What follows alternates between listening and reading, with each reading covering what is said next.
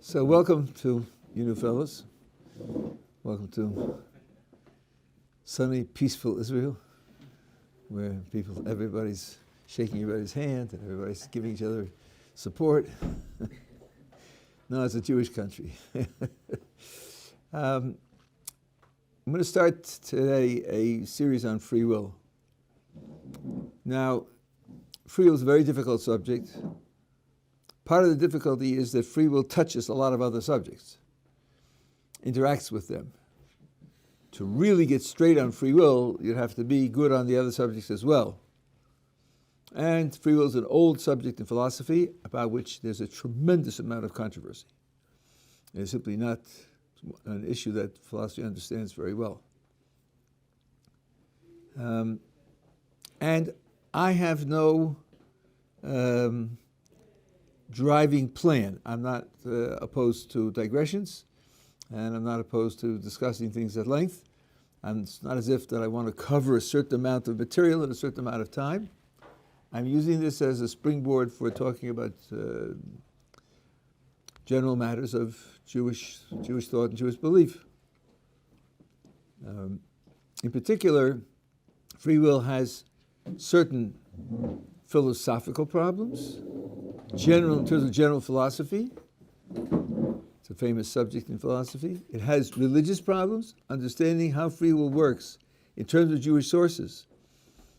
And sometimes there could look to be conflicting Jewish sources on the subject, so that's another area that we'll have to talk about. And there are certain scientific problems about free will, which are partly scientific and partly matters of philosophy of science, which we will talk about, given that we have time. It would be lovely to start the discussion of a subject by defining the subject. That would certainly be the right way to approach a subject, if you could. But there isn't an accepted definition of free will. Even that is contested. And in order to understand the discussion of the definition, what the significant parts are, and why someone would define it this way, why someone would define it that way, you have to have some background on how free will is supposed to work, what job it's supposed to do, why it's important. So I'm not going to start with a definition, because I wouldn't be able to explain it to you. I will start with a condition that free will has to meet, and that'll be enough to start the discussion. And then as we go along, we'll come upon certain demands for further definition, and we'll try to satisfy them. If you are interested in the philosophical aspects of free will, or indeed, I would say, of almost any other philosophical subject, there's a wonderful resource online called the Stanford Encyclopedia of Philosophy, run by the Philosophy Department of Stanford University. Some of the articles are very technical, some are not, some are more open and easy to read, even for a person who's not trained in philosophy, like an article on democracy. The article usually starts out by describing the general subject matter, and then it describes the 5 most prominent going theories on the subject and how they disagree with one another, and what the support and critique is of each of them. And then the final section is prognosis for further development of the area. You get used to that style, you get used to the state of contemporary philosophy. There's very, very little that's agreed upon. Very little. So if somebody tells you, well, philosophy has shown X, get out your bucket of salt, because it's almost never true. So the appeals to philosophy will be to clarify issues, or sometimes to show that a certain position is not ruled out. It's not ruled out because some prominent philosophers take it. But that doesn't mean that it's definitely established as correct. It's just not ruled out. It's a much weaker statement. I don't think you could do much more than that with the state of contemporary philosophy. So, having said all of that, let's get started. Talk about free will. The word free usually means free from something else that would be a challenge. Some kind of challenge is missing. Political freedom means that you're free from coercion. Free merchandise means you're free from having to pay for the merchandise. You can take it without paying. So if we're going to talk about free will, the question is, free from what? What kind of interference, what kind of external undermining are we claiming isn't there, and that's why we call it free? And the answer that we're going to start with is free from external causation. It means a person exercises free will when he makes a decision, and you can't trace the decision that he makes to external causes that completely cause and determine the decision. Of course, external circumstances and past history have an effect, they have an influence on everything we do and everything we experience, and in particular, they have an influence on the decisions that we make. But that's a far cry from saying that the external influences completely determine the outcome. Like when the wind blows a leaf from being attached to a tree, and both the air motion and gravity determine how the leaf will fall to the ground, that's external causation. The leaf falls because of those causes pushing it to the ground in that specific way. Or when acid rain destroys a crop. The acid rain destroys the crop, it causes the crop to fail. That's external causation. Or when someone puts a chemical in your coffee and it causes you to fall asleep after you drink the coffee and you just become unconscious. That's external causation that made it happen. When we talk about free will, the condition, this is not a definition, but the condition is that there shouldn't be external causation. Yeah. Does that mean our free will can take away others' free will? For sure. Your free will can cause somebody else to die. He certainly has no free will after that. Of course, your free will, through your action, can take away somebody else's free will. Absolutely. Free will is a capacity like and other abilities and resources that you have, like health and like courage. And of course, one person's free will can affect another person's condition to the extent, in extreme case, of causing him to die. So absolutely. Yeah, now why would that be important? Why would we care whether there was external causation or wasn't external causation? And the Jewish view on this subject, which is philosophically controversial, but the Jewish view on this subject is because if there is external causation, then you have no responsibility for what happens. You're neither good nor bad, virtuous or vicious. You have no moral qualities in what happens. And indeed, if there were no free will, then there would be no morality of action whatsoever. Let me give you some examples of how this works, and then we'll get into perhaps the slightly more complex application of it. George is standing at the top of a flight of stairs with his back, facing down. And at the bottom of the flight of stairs is a 5th century Ming vase worth $2.5 million. Someone sneaks up behind George and gives him a shove. And he tumbles down the stairs and smashes the vase. The owner of the vase says to George, "You smashed my vase! $2.5 million! Pay!" What does George say? "Listen, he pushed me. I couldn't help it. I had no idea someone was going to push me down the stairs. Yes, my body smashed the vase. That's quite true. But I didn't choose to smash the vase. My body was just a tool in the hands of the guy who pushed me." I think we accept that as an excuse that he shouldn't be held responsible for what he did. I wouldn't judge his character as a vicious character. I wouldn't think of him in criminal terms. He was just a victim because he was pushed down the stairs. I take it that that's an obvious example. Now, a slightly more extended example. Poor George is a smoker, and he hates it. And he's trying to kick the habit. And one of his strategies is to use post-hypnotic suggestion. Every Thursday night, he goes to a hypnotist, pays him to hypnotize him, and to give him a post-hypnotic suggestion, which lasts him about a week, if he's not going to smoke for the next week. And he pays him.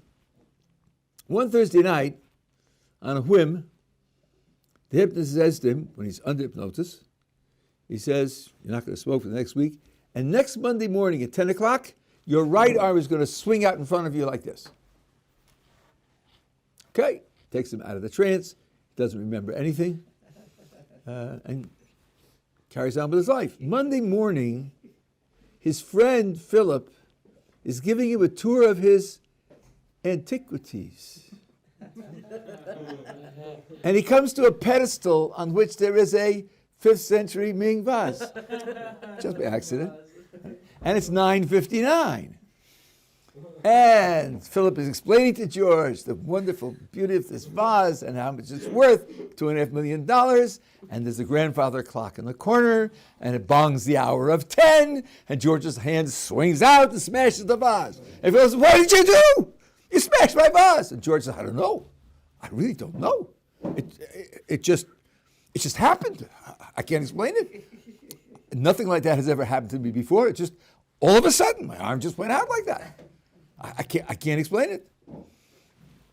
I think in that case also, we would not hold George responsible for what happened.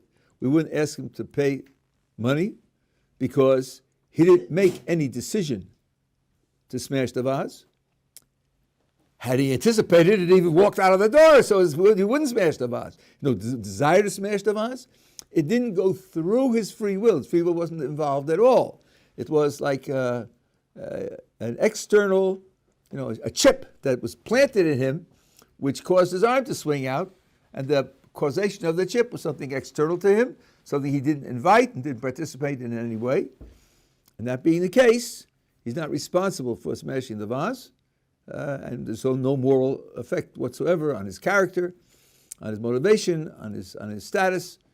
It has no moral status whatsoever. Yeah.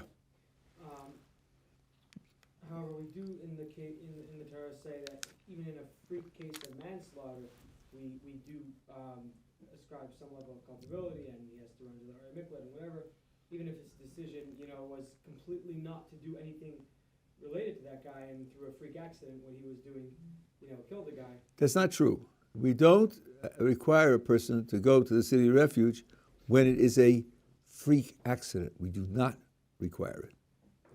There has to be culpable negligence. He has to do something that's dangerous and not take adequate precaution. What you should have said is that he has to go to a city of refuge when he kills someone unintentionally. That's true. He didn't intend to kill someone. But he didn't take reasonable precaution against the danger of killing someone. It's like someone who takes a gun and shoots it into the forest without checking whether anybody's there. Well, he's not going to be tried as a murderer, but especially if it's a public place and he kills somebody, then he didn't take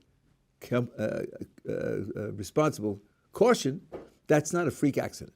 If it's a freak accident, it's not going to happen. He's not going to have to go to the city of refuge. Yes?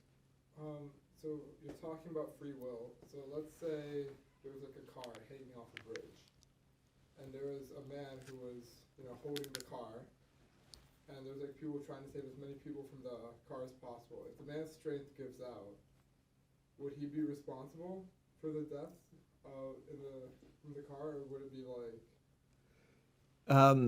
It's an interesting case. Now let's ask, what's going on with his free will when his strength gives out? His free will is deciding to hold on to the car. Right. He's not deciding to let go.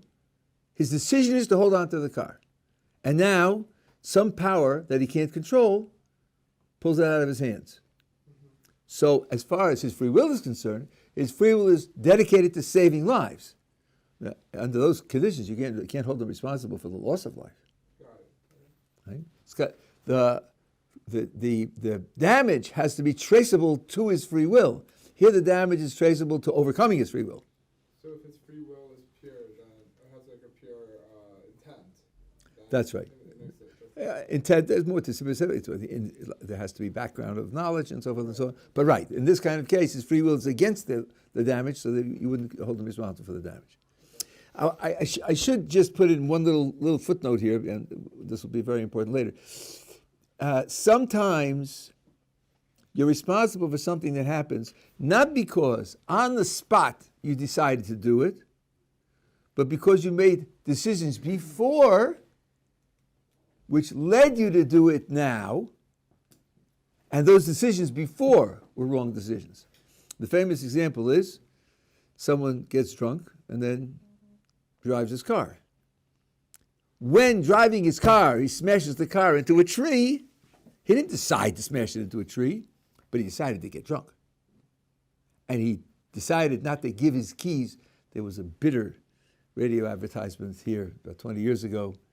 When you go drinking, give your keys to your friend. That's what friends are for. You're going to get drunk? Give your keys to your friend. I thought to myself, really? How about not going to get drunk in the first place? Oh, that's off the page. No, we're not talking about that. I was a little disappointed to hear that here. So there, he made an irresponsible decision which led him to be in a position where he'll cause damage. Then he can be responsible for the damage because of the prior decision, allowing himself to be in such a dangerous condition. But without free will, without free will being part of what brings it about, then he's not going to be responsible. That's what the importance of free will is, yeah. So, what are like the rules of free will if somebody's like chemical state of mind is like changed with like outside, like without their permission or free will, like somebody was like dosed at a party and like they happen to stumble, knock over somebody, and that person passes away. What other party you started? If he was like drugged or dosed or slipped something at a party. Not unknowingly. Somebody slipped it into his drink. Yeah. Well, I think that would be like the hypnotist. Right? The hypnotist put in a post-hypnotic suggestion, which he was not asked to do. And if George had been queried, do you want me to put this into the post-hypnotic suggestion? He certainly would have said no. So against his will, somebody did something to him, which then caused the later action. That it didn't go through his free will. Because it didn't go through his free will, he's not responsible for it. So let me be. Can I go into a more specific situation? What if I was rushing in the morning to take my allergy medication and I accidentally took something else that, whilst I was driving on my way to work, it hits me and now I'm driving under the influence and then crash the car? What would be in that? Okay, so this would be similar to his case, where you did it, you didn't do it on purpose. The question is, did you exercise appropriate caution? Let's just vary your case a little bit, so I think then you can see how the outcome works. Suppose you took your allergy medication, but in the pharmacy, they mixed up the drugs, and they put in a different drug. And then you lost control of the car. I think you would say, listen, it says allergy medication on it. I paid for allergy medication. They gave me the wrong drug. Then, of course, you're not responsible at all. Here, you knew you had 2 bottles, you were in a hurry, you knew the bottles are different and it makes a difference, and you didn't take the 10 seconds to stop and make sure, then a person could say you were being careless with something that's dangerous, and then and that was a decision, to take the 10 seconds or not to take the 10 seconds. I'm in a hurry, I will or I won't. That was a somewhat irresponsible decision, and therefore it confers some responsibility for what you did. Yeah. So about this concept of like unknowingly, how is the person, so we could go to the case about the vase with the guy smashing it with his hand.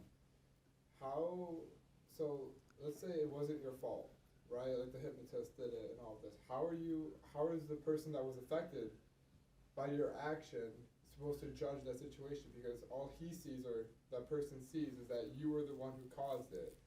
And so if you, like, how how can you judge that your free will was in like the right place, or that you had like the right intent or the right purpose, but because of certain sequence of events, it turns out that it looks like you're the only one at fault. Okay, so now let me rehearse your question the way I hear it. I'm not sure I'm getting it exactly right, but there really, as you're pointing out, there are 2 points of view here. There's the person himself and the guy watching him. Not always are you able to uncover all the facts. Sometimes you can't do that. Now, this guy says, it happened and I can't explain it. One thing you might do is find out about this person's history. Has he done this sort of thing in the past? Has he done other irresponsible and destructive things in the past? Suppose you find out that there's nothing in his life history that resembles this event at all. And let's suppose, just vary the case just a little bit, he said, I don't know, I had a muscle twitch. My muscle twitched and caused me to there are such things as muscle twitches. They do happen. They happen to some people more often, some people less often. When your age changes or your attention level changes, it can happen. So the owner of the vase will have to ask himself, do I trust him? Is he credible? And let him off the hook. And he might make a mistake. I don't think there's any magic key here that I'm able to know for sure in every case where the responsibility lies. It's quite difficult. From the point of view of the agent, he can know. He knows that he didn't decide to do it, no desire to do it, and it happened totally unexpectedly. And but he has that internal knowledge. The external observer may not have it. That could be, yeah. What is the relationship between addiction and free will? It's a very difficult question. It's a very difficult question. I can't answer the question totally, but I can give you a few things to think about. Addiction itself is a tricky subject. He can't help it. He can't help it because he's addicted. Well, for some things that people are addicted to, let's ask, does he do it in public? Sometimes not. Well, then he's not totally out of control. When he's subject to observation, so that means it's not as if, like a muscle twitch or a fainting, right? Under certain conditions, he doesn't do it. I met someone, when I once made some remarks about alcoholism, and I was not well informed at the time, and a fellow came up to me afterwards and said, look, I've been there. And it's not as if when there's a bottle on the table, you have to drink. That's not true. Indeed, I could go to a party and drink socially and drive home and then drink down a whole bottle.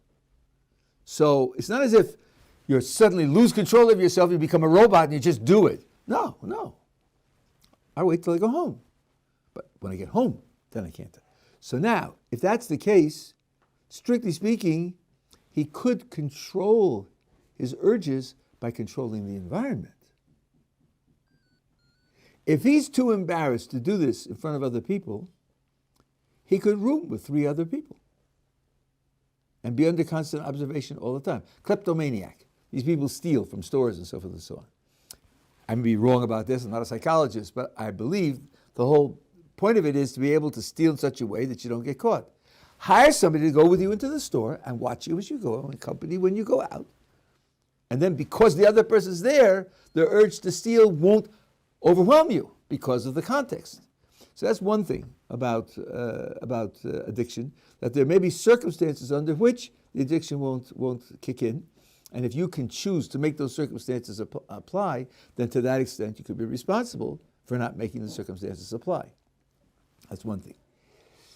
The other thing, I once had occasion to try to look up the Jewish sources on this, and after a long time I realized I was misdefining the crucial issue. I was defining it, I think this is what you have in mind in your question, as can addiction wipe out your free will? Can addiction put you in a position where your free will no longer operates? That's an important question. It's a difficult question. But there's another question which I think may be easier, and we have sources on it, and that is, let's say that the addiction doesn't wipe out your free will, but does it weaken it so much that your responsibility for what happens is anyway very little? As the difficulty to the free will increases, so the responsibility for failure decreases. For that, we have lots of sources. I'll give you one example. You know that idol worship is prohibited by the Jewish religion.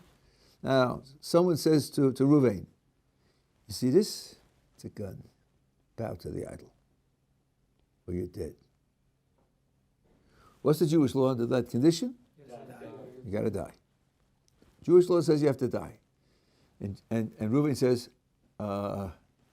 die? Yeah, I know I have to. I mean, I know I should, but I can't do it. I can't die. I just, okay, it's wrong and I'm doing the wrong thing, but I can't do it. Now, we know that throughout history, many, many people have chosen to die rather than bow to the idol. So it isn't as if having a gun to your head and telling you, bow or I kill you, takes away your free will. Not normally. But some people make the right decision, some people make the wrong decision. Here, the right decision is very, very difficult to make, because the right decision means to give up your life.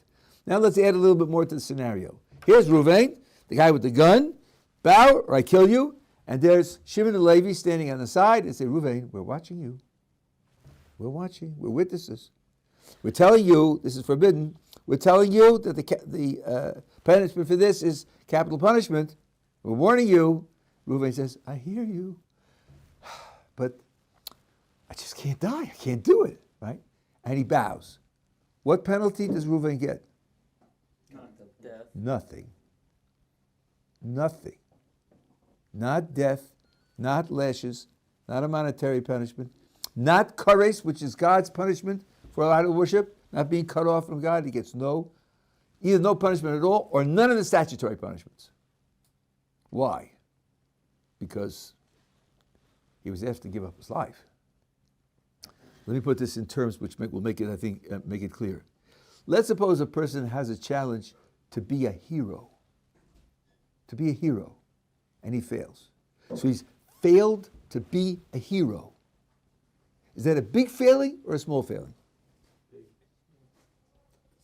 I think it's a small failing. He's failed to be the very best.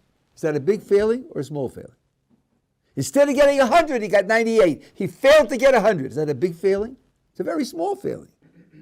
The bigger the challenge, the smaller the failure if you don't meet the challenge, because it was such a big challenge. Here, the challenge was to give up his life. So here, what you see is the more difficult the decision is, the less responsible you are for failure. So if you imagine, very, very difficult. Now, in addiction, whether you say addiction cancels free will altogether or not, we know from the autobiographies of addicts or from the clinical literature on addiction that it's extremely difficult to decide to do the right thing. If it's extremely difficult, then failure carries very little responsibility. That in itself, I think, is a very important insight into the question that you asked, because what we really want to know is, how should we judge a person who is addicted and makes the wrong decision? And what we're being told now is, a person who's suffering from an addiction and makes the wrong decision deserves very little guilt, very little condemnation, very little responsibility for what he's doing, because he's failing to make a very, very difficult decision. And the harder the decision is to make, the less responsibility, the less liability that you have for failing at the decision. I think that's, without conquering the really difficult, deep, and fundamental question, does it take away your free will altogether? This insight already does a lot of the work that we want in understanding addiction. That's what I think is right. In the back. So there's kind of two parts to the question I have. One is it really deals with foreknowledge. And so as an example, We will talk about that at great length. I will solve the problem and dissolve the problem of foreknowledge and free will for you at great length. We're coming to it. Yeah. Yeah. So to your example about the gun being pointed either to his own life or for his own life or, but what if the situation was, because you said there's no punishment, so assuming he bowed down to the idols, there would be no punishment, or like none of the main ones. But what if it was like the family? What if it was like either you bow to the idols or your family gets like killed. Does that change?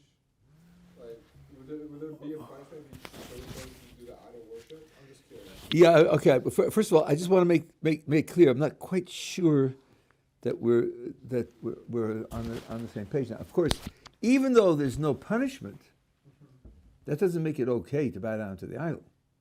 It's wrong. It's still wrong.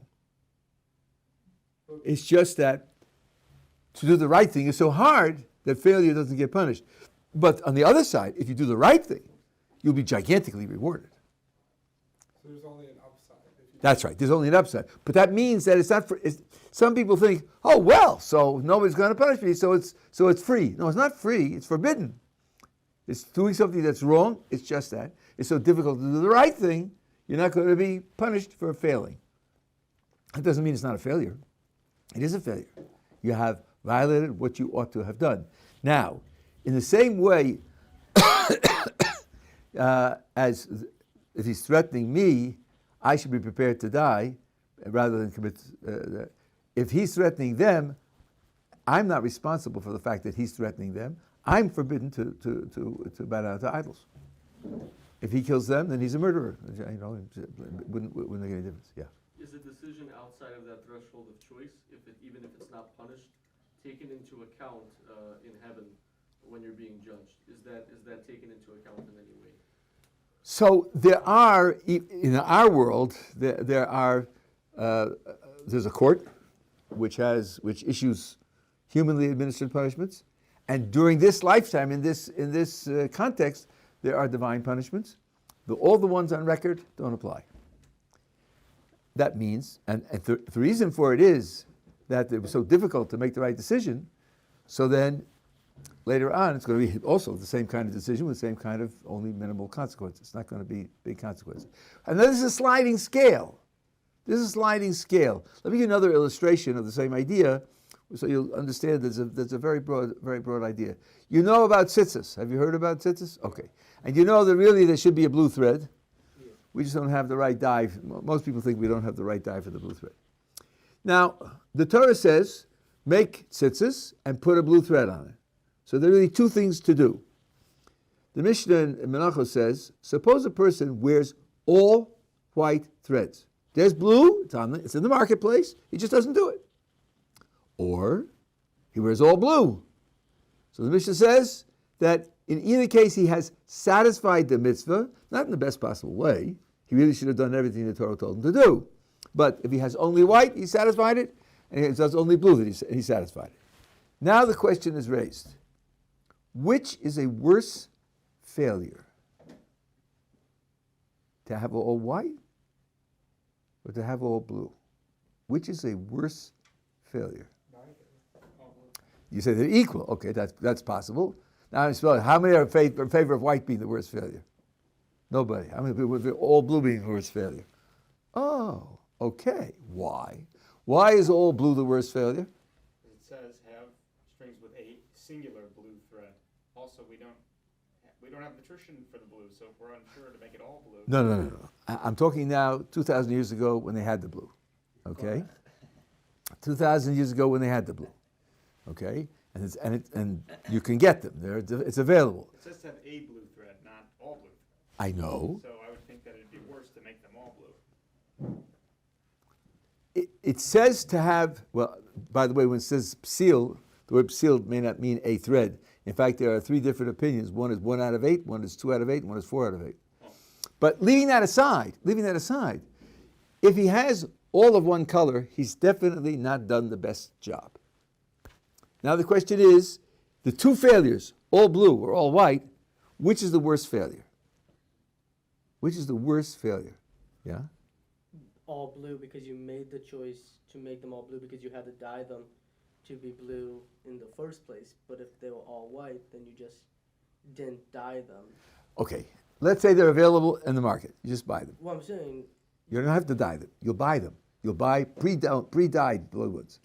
There's a store that sells blue ones and white ones, right? Okay. So the answer that's given is that all blue is worse. Let's think about it. The guy who does all white, why is he doing that? What's driving him? Well, one thing that's driving him is that the blue is very expensive. It's very expensive. Okay, I know I should put the blue in, but it's going to be $350. All white is enough, so I'm not willing to spend the $350. The guy who puts in all blue, what does the white cost? 25 cents. He wouldn't even spend 25 cents to make it perfect? That's much worse. Because the person who uses all white, there's something making the decision hard, the expense of money. That's a genuine counter motivation. He's got to overcome that in order to buy the blue.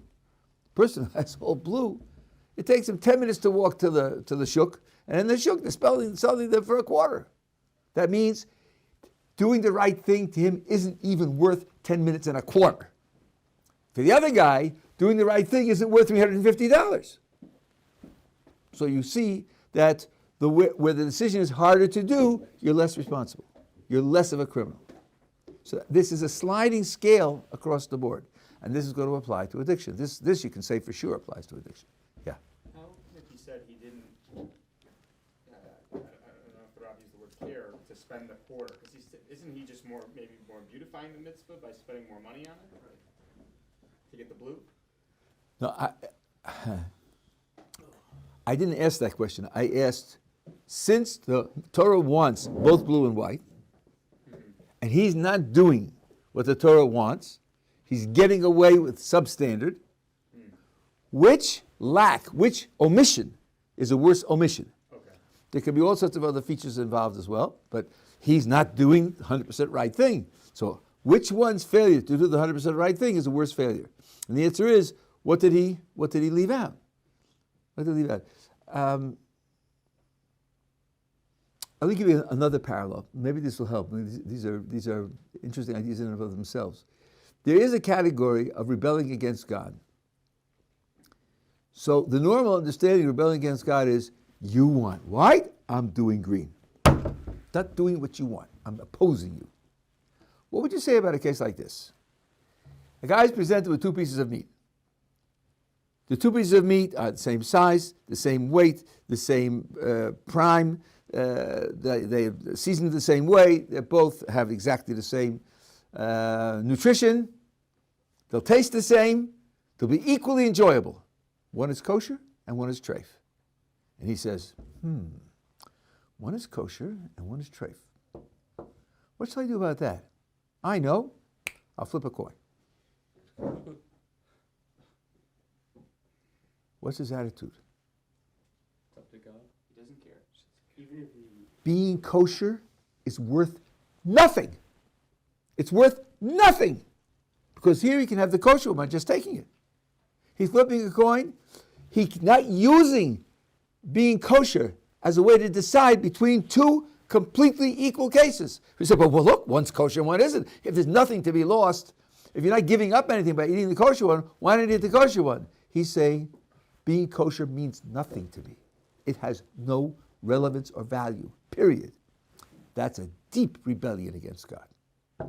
If you tell me that it's hard and I have to give it up and I wasn't used to it and it's painful to it and so on, okay, I understand. There's a counter motivation. You got to overcome it. Sometimes you succeed and sometimes you fail. But there's no counter motivation whatsoever and you won't do it, then that's really the bottom of the barrel. That's really the bottom of the barrel. So this idea of counter motivation plays roles across the board, and it's a very important feature in understanding how responsible you are for what you do. Yeah. Is flipping the coin a worse decision than choosing the trade?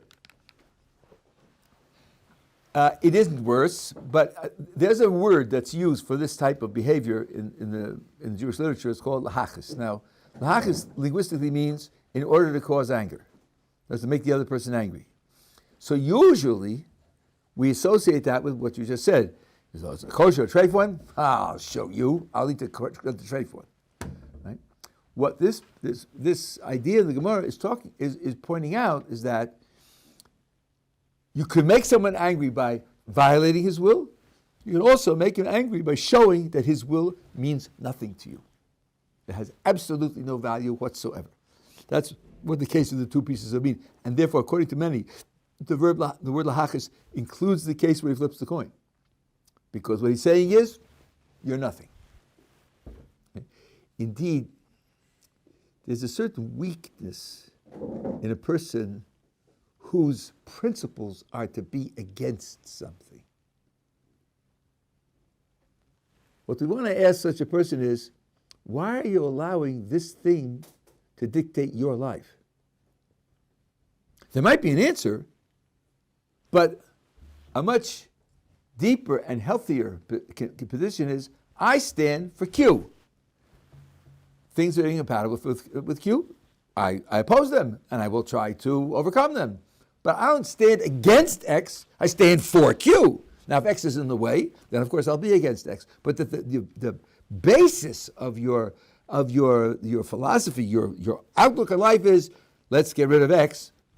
That's, it's, as I say, it's too negative to be an expression of something that's really idealistic and real. There are exceptions, but that's the difference that we're talking about here.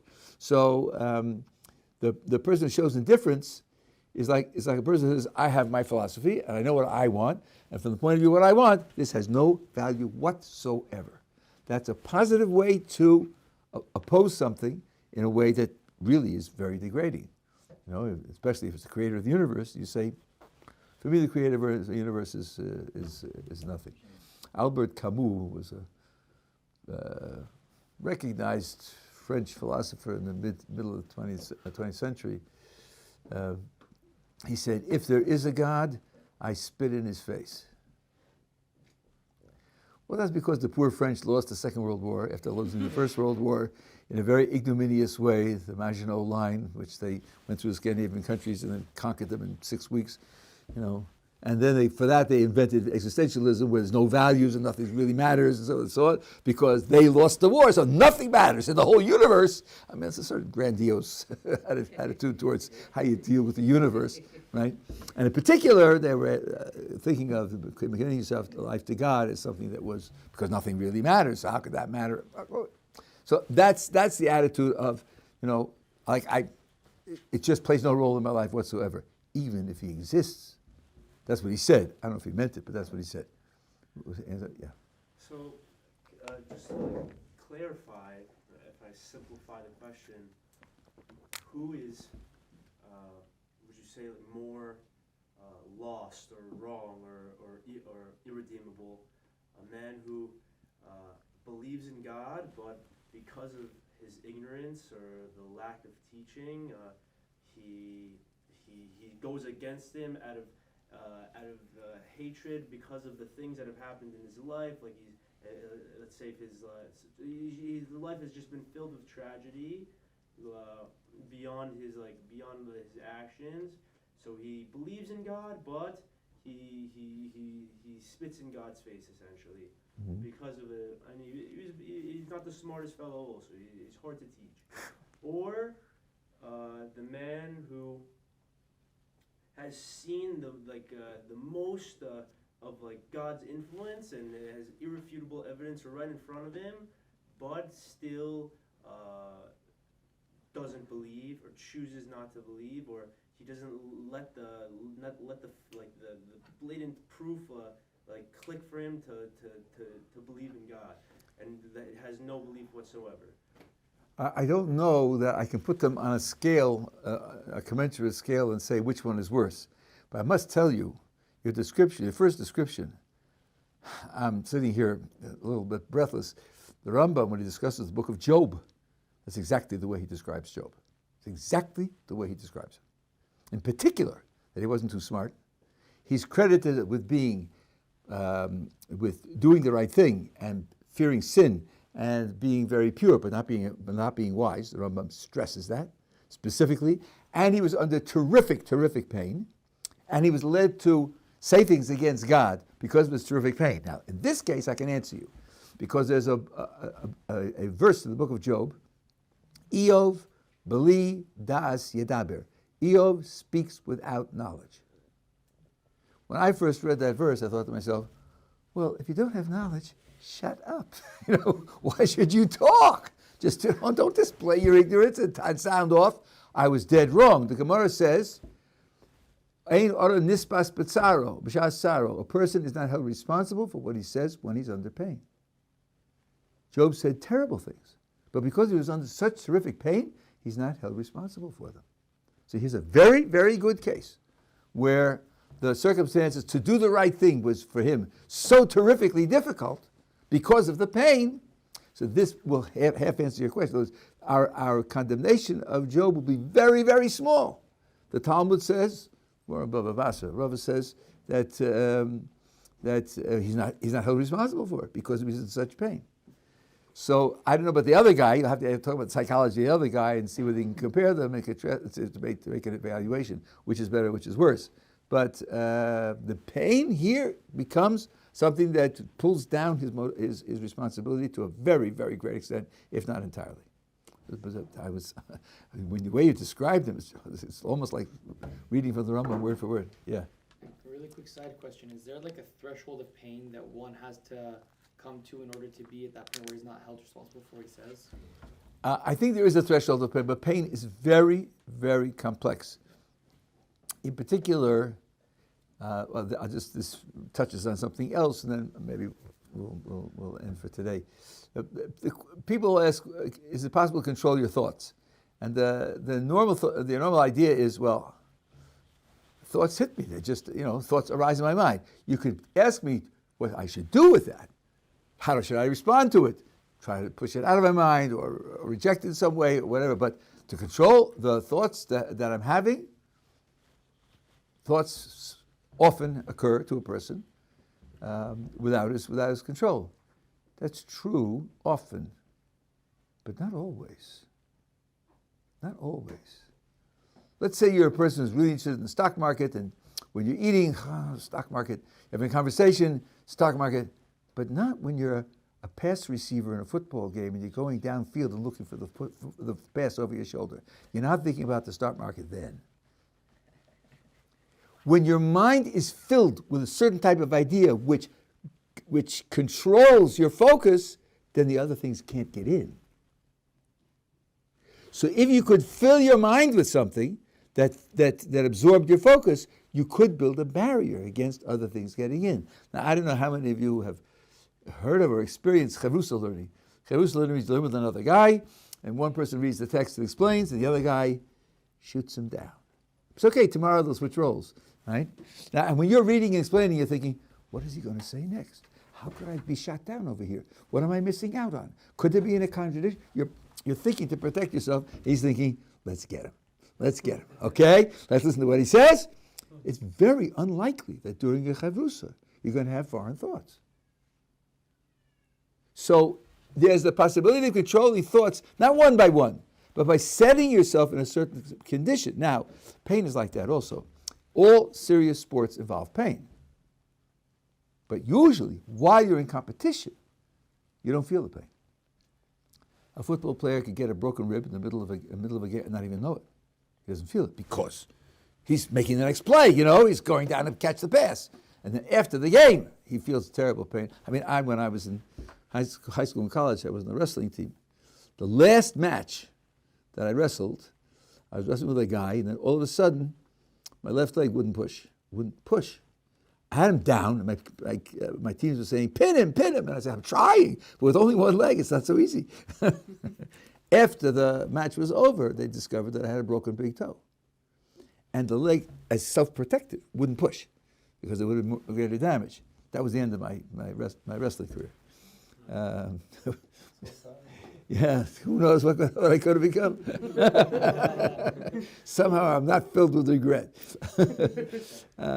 So when you talk about pain, you have to realize that the pain's effect upon you and the extent to which you're sensitive to it depends on what else is going on in your life. And that's so therefore you can't just talk about the threshold of pain.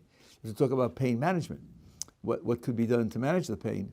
It's not something that you're totally passive with respect to. It's a very, very difficult subject, and about which medical profession has a great deal further to go. I know people who are in constant pain, and medicine had nothing to do for them. One of them's my friend's wife. My friend is a doctor, and he can't find anything to do for the pain. So that's something which is really, but it's not all pain is like that, and it's a question of how much and what else you can fill your mind with. Okay, gentlemen, wonderful start, and we'll pick it up on Sunday. Yes, Hashem. Thank you, Rabbi.